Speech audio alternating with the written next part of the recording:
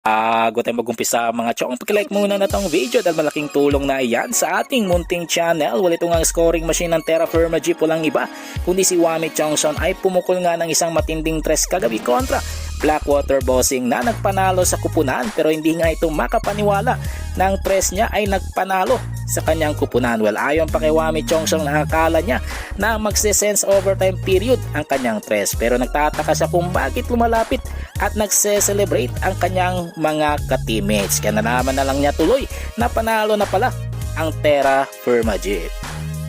Sa ibang balita, punta naman tayo kay The Man with a million moves na si James Yap. Nakitang-kita pa rin na kayang-kaya makipagbalyaan sa mga batang players ngayong PBA Philippine Cup. Katulad na lamang sa kanyang layup kontra Raymar Carino sa second quarter na may mahigit 4 na minuto pang natitira sa game clock. At dahil sa layup na yan ni James Yap ay pangiti-ngiti nga ito sa bench ng Blackwater Bossing. Sa mukhang kondisyon pa rin nga itong si James Yap at hindi pa kailangan magretiro. Well, panghuli sa ating balita mga chong, patungkol naman kay Calvin Davis Abueva na nagalimaw sa laban kontra Converge Fiber Xers kagabi kung saan nanalo ang Magnolia. Well, ayon pa sa naging laban, kitang-kita na first half pa lamang ay umarangkada na si Abueva kontra sa mga players ng Converge at pati sa rebounding department ay inisahan nga neto mga matatangkad na players ng Converge Fiber Xers. Kaya naman pinaflex na neto ang kanyang muscle sa harap ng bench ng Converge Fiber Xers. Well mga chong, nandito na lang ang ating balitang PBA at syempre huwag kalimutan mag-subscribe at i-like itong video bilang pagsuporta. So this is Channel B once again.